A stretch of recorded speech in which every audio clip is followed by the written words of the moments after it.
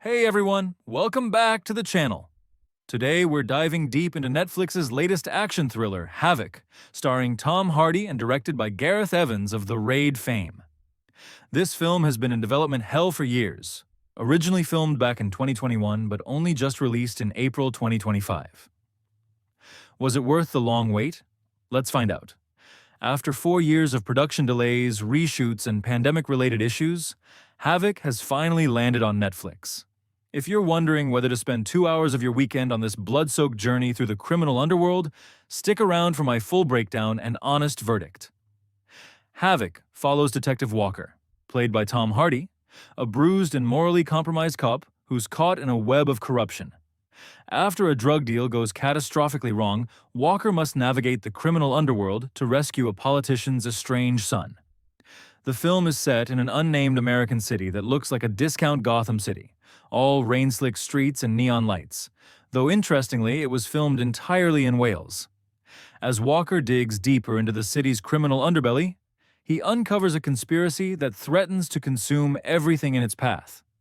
What starts as a rescue mission quickly spirals into a blood-drenched odyssey through increasingly violent encounters, as Walker battles triad gang members, corrupt cops, and various criminal elements. The plot isn't breaking new ground here. It's a familiar tale of corruption, redemption, and one man fighting against overwhelming odds. At the center of Havoc is Tom Hardy's committed performance as Detective Walker. Hardy brings his trademark intensity and physical presence to the role, delivering a brooding, wounded protagonist who speaks as much through his actions as his words.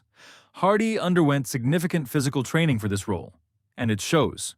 In interviews, he's mentioned how demanding the fight choreography was, even joking that at points he thought, "I'm not going to make this," during some of the more intense sequences. His approach to action differs depending on the character he's playing, and here he brings an animalistic quality to Walker's fighting style that serves the character well. What's impressive is Hardy's ability to make you root for Walker despite his morally questionable choices. He's not a traditional hero. He's damaged, compromised, and often brutal, but Hardy brings enough humanity to make you invest in his journey. When it was announced that Gareth Evans would be directing Havoc, action fans were understandably excited. As the mastermind behind the Raid films, Evans has proven himself to be one of the most innovative action directors working today. In Havoc, Evans delivers several standout action sequences that showcase his talent for visceral, hard-hitting combat.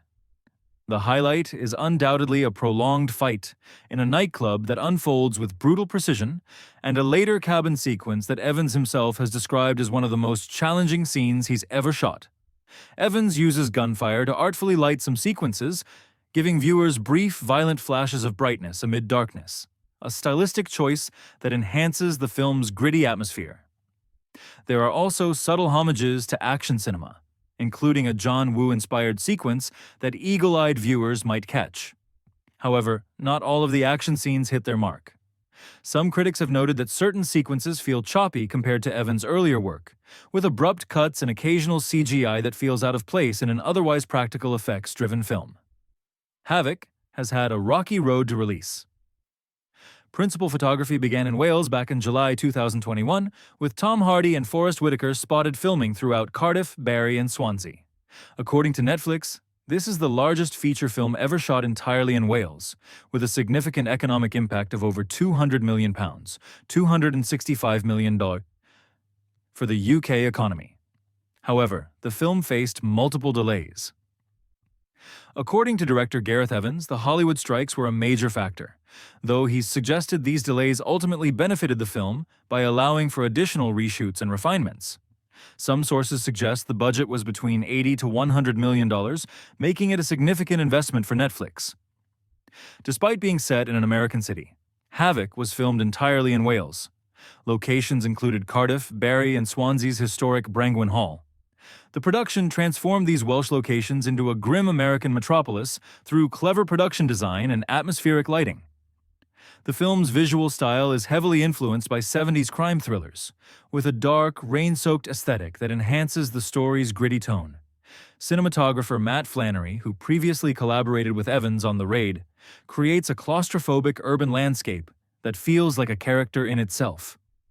While Tom Hardy dominates the screen time, Havoc features a strong supporting cast, including Forrest Whitaker as a police commissioner, Jesse Maylee delivering a standout performance, Timothy Oliphant bringing his trademark charisma, and Luis Guzman making the most of his limited screen time.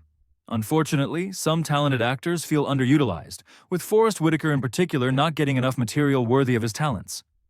The film focuses so heavily on Hardy's character that some of the supporting players aren't given room to fully develop. Since its release, Havoc has received mixed reviews from critics.